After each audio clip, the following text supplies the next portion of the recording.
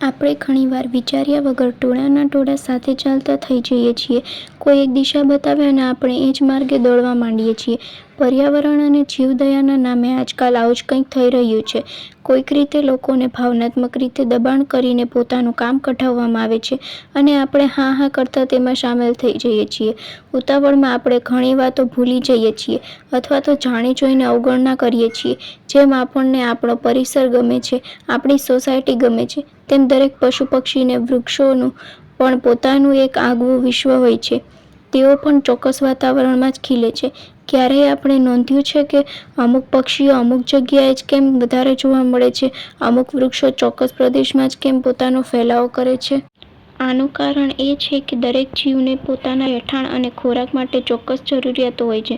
ઉદાહરણ તરીકે આપણે જોઈએ છીએ કે પોપટ મોટે ભાગે જૂના પોલાણવાળા વૃક્ષોમાં જ માળો બાંધે છે. એક અલગ પ્રકારનું પક્ષી, પાટલો, એવા વૃક્ષોમાં રહેવાનું પસંદ કરે છે જેના પોલાણ ચોક્કસ પ્રકારના હોય. હોલો પક્ષી તો લગભગ હંમેશા વાડમાં જ પોતાનું ઘર બનાવે છે. બગલા માટે તો જૂના, ઊંચા અને વાંકાચૂકી ડાળીઓવાળા વૃક્ષો સૌથી યોગ્ય ઠરે છે. ગીધ જેવા મોટા પક્ષીને તો એવી મજબૂત ડાળીઓની જરૂર પડે છે જે તેનું વજન સહન કરી શકે અને ઉડવા માટે પૂરતી જગ્યા પણ આપે. મોરની વાત કરીએ તો તે ઈંડા મૂકવા માટે સલામત સ્થાનો શોધે છે, જેમ કે ખેતરમાં ઉગેલો તુવેરનો પાક અથવા તો બાજરીના પૂળાના ઢગલા. ચકલી તો માણસોની વસ્તીની આસપાસ જ રહેવાનું પસંદ કરે છે અને તેને ચોખાની સડેલી કણકીમાં રહેલી ઈયળો ખૂબ ગમે છે. સુગ્રી પક્ષીને પાણીના સ્ત્રોતોની નજીક લટકતી ડાળીઓ વધારે પ્રિય હોય છે. આવા અસંખ્ય ઉદાહરણો છે જે આપણને આપણી આસપાસ જોવા મળે છે, જે આપણે થોડા ધ્યાનથી નિહાળીએ તો. એવી જ રીતે વૃક્ષો પણ જમીન અને આબોહવા પ્રમાણે પોતાની પસંદગી ધરાવે છે. સૂકા અને રેતાળ વિસ્તારોમાં નાના પાનવાળા વૃક્ષો જ ઉગે છે કારણ કે તેમને ઓછા પાણીમાં ટકી રહેવાની તાકાત હોય છે. દાખલા તરીકે, કચ્છ અને રાજસ્થાનના વિસ્તારોમાં પીલું, ખીજડો, રોહિડો જેવા વૃક્ષો સારી રીતે થાય છે. પાણીની સારી ઉપલબ્ધતા હોય ત્યાં મોટા પાનવાળા અને ઘટાદાર વૃક્ષો પોતાનો ફેલાવો કરે છે. ચીકણી માટીવાળા વિસ્તારોમાં બાવળ ખૂબ સરળતાથી ઉગી નીકળે છે. આ દરેક વૃક્ષોની આસપાસ એક આખું જીવનચક્ર ફરે છે. નાનામાં નાના કીટકથી લઈને મોટા પ્રાણીઓ સુધી બધા આ વૃક્ષો સાથે સંકળાયેલા હોય છે. જો આમાંથી એક પણ કડી તૂટી જાય તો આખી શૃંખલા વિખરાઈ જવાનો ભય રહે છે. હમણાંના સમયમાં પર્યાવરણ પ્રત્યેનો ક્રેઝ એટલો વધી ગયો છે કે લોકો શું કરી રહ્યા છે તેનો ખ્યાલ જ રહેતો નથી. સાચો પ્રેમ છે કે માત્ર દેખાડો છે તે સમજાતું નથી. પણ લોકો ચકલીના માળા બાંધે છે અને પાણીના કુંડા લગાવે છે, વૃક્ષો વાવે છે. આ બધી પ્રવૃત્તિઓ પોતાનામાં ખોટી નથી, પણ તે પાછળનો આપણો અભિગમ ઘણીવાર ખોટો હોય છે. ચકલીના માળા માટે કેટલી જગ્યા જોઈએ, પ્રવેશદ્વાર કેટલું મોટું રાખવું જોઈએ, આ બધાનો અભ્યાસ કર્યા વગર આપણે આડેધડ બાંધકામ ચાલુ કરી દઈએ છીએ. ક્યાંક કીડીઓ માટે નગરું બને છે, ક્યાંક રખડતા કૂતરાઓને બિસ્કિટ ખવડાવાય છે, ક્યાંક માછલીને લોટ નાખવામાં આવે છે. આ બધું કરીને આપણે જાતે અજાણતા જ કોઈ નવું સંકટ તો નથી સર્જી રહ્યા. હું અહીં દયા કરવાનો વિરોધ નથી કરતો, પણ આ અતિ ઉત્સાહ થતા પ્રયોગો ઘણીવાર નુકસાનકારક સાબિત થાય છે. જીવદયાની ભાવના ઉત્તમ છે, પણ તે વ્યવહારિક હોવી જોઈએ. રોડ પર ગાડીને બેસીને ગાયને ઘાસ ખવડાવવાથી કંઈ પુણ્ય નથી મળતું, પણ તેનાથી ટ્રાફિકની અવ્યવસ્થા થાય છે. જો ખરેખર ગાયને ઘાસ નાખવું હોય તો કોઈ માલધારીના ઘરે જઈને આપો અથવા તો ગૌશાળા કે પાંજરાપોળમાં જઈને આપો. એ જ સાચો રસ્તો છે. હમણાં ગામે ચબૂતરા બનાવવાનો એટલો ટ્રેન્ડ ચાલ્યો છે કે લોકો એકબીજા સાથે હરીફાઈ કરે છે કે કોણ વધારે ઊંચો અને સુંદર ચબૂતરો બનાવે. પણ વિચારવાની વાત એ છે કે આપણે આપણા ઘરને પણ આપણી જરૂરિયાત મુજબ બનાવીએ છીએ. પછી પક્ષીઓને આપણા મનગમતા ચબૂતરામાં રહેવાની ફરજ પાડી શકાય? આ ચબૂતરા બનાવતા પહેલા શું કોઈ પક્ષી નિષ્ણાતની સલાહ લેવાય છે? શું આસપાસના વાતાવરણનો અભ્યાસ કરવામાં આવે છે? મેં નજીકથી જોયું કે આમાંના મોટાભાગના ચબૂતરા કબૂતરોને પોતાના કબજામાં કરી લીધા છે. કબૂતરોને કોઈ ખાસ પ્રકારના માળાની જરૂર હોતી નથી. તેઓ થોડીક લાકડીઓ અને સળેકડા ભેગા કરીને ઈંડા મૂકી દે છે. પરિણામે તેમની વસ્તી ઝડપથી વધે છે. બીજા પક્ષીઓને પોતાની આગવી રીતે માળો બાંધવાની જરૂર હોય છે, તેથી આ કૃત્રિમ ચબૂતરા તેમના માટે નકામા બની રહે છે. ગામની બહાર બનતી આ ભવ્ય કમાનો અને ચબૂતરા મારી નજરમાં તો ફક્ત પૈસાનો બગાડ છે.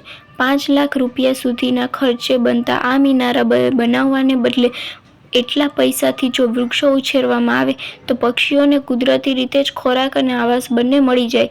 આપણને પૈસા પક્ષીઓ માટે જ ખર્ચવા છે, પણ એવી રીતે ખર્ચવા જોઈએ કે એક રૂપિયો 100 રૂપિયાનું કામ કરે. આ બધા મુદ્દાઓ પર વૈજ્ઞાનિક દૃષ્ટિકોણથી વિચારવું જરૂરી છે. આંતરરાષ્ટ્રીય સ્તરે થયેલા અભ્યાસોમાં જાણવા મળ્યું છે કે કૃત્રિમ રીતે બનાવાયેલા પક્ષીઘરો ઘણીવાર સ્થાનિક પક્ષીઓ માટે નુકસાનકારક સાબિત થાય છે.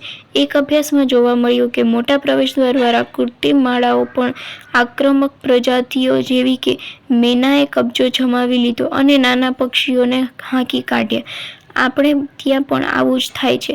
ચકલી માટે બનાવેલા માળામાં કબૂતરો કબજો કરી લે છે અને ચકલીઓને અંદર જવા દેતા નથી. આક્રમક પ્રજાતિઓ માત્ર ખાલી જગ્યાઓ પર કબજો નથી કરતી, પણ સ્થાનિક પક્ષીઓ પહેલાથી બનાવેલા માળાઓને પણ બળજબરીથી હાંકી કાઢીને પોતાના કબજામાં લઈ લે છે. આ કૃત્રિમ માળાઓના બીજા ઘણા ગેરફાયદા છે.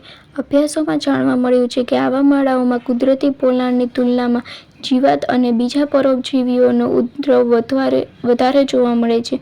ઉપરાંત ખોટી ડિઝાઇન અને ખોટા સ્થાનના કારણે આ માળાઓ ઉંદર, મધમાખી જેવા બીજા જીવો માટે પણ આશ્રયસ્થાન બની જાય છે. વિદેશી પ્રજાતિઓનો પ્રભાવ એ પણ જૈવ વિવિધતા માટે એક મોટો ખતરો છે. ઘણીવાર સારા હેતુથી કરેલા વાવતર પણ નુકસાનકારક સાબિત થાય છે.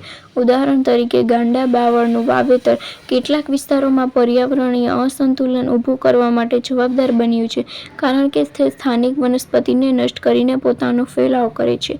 બીજી તરફ, કુદરતી ઉકેલો હંમેશા વધારે અસરકારક અને ટકાઉ હોય છે. સ્થાનિક વૃક્ષોનું સંરક્ષણ અને વાવેતર એ સૌથી સરળ અને સસ્તો ઉપાય છે. ગુજરાતમાં જ 178 જેટલી સ્થાનિક વૃક્ષોની પ્રજાતિઓ છે, જે આપણા વાતાવરણમાં સરળતાથી ખીલી શકે છે. આ વૃક્ષો માત્ર પક્ષીઓને જ આવાસ નથી આપતા, પણ તેમને ખોરાક પણ પૂરો પાડે છે.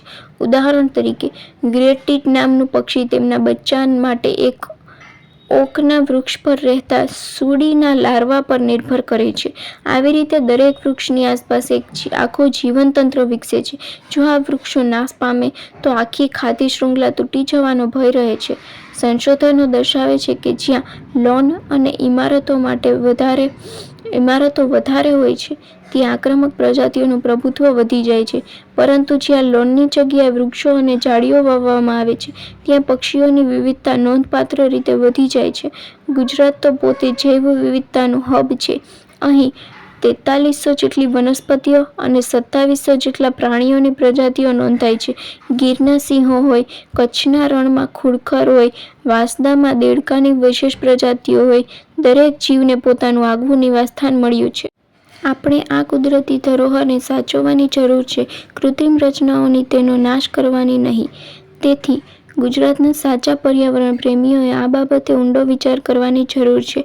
લોકોને ગેરમાર્ગે દોરતા અટકાવવા માટે જાગૃતિ લાવવી જરૂરી છે. કૃત્રિમ ઉપાયો કરતાં કુદરતી ઉપાયો વધારે અસરકારક છે, એ સમજવું પડશે. વૃક્ષો વાવો, પણ એવા વૃક્ષો વાવો જે સ્થાનિક હોય અને આપણા વાતાવરણને અનુકૂળ હોય. પક્ષીઓ માટે ઘર બનાવો, પણ તે પહેલાં તેમની જરૂરિયાતો સમજો. જીવદયા કરો, પણ તેમાં પણ વૈજ્ઞાનિક અભિગમ અપનાવો, જેથી આપણી આવનારી પેઢી પણ પ્રકૃતિના આ સુંદર સંગાથનો આનંદ માણી શકે.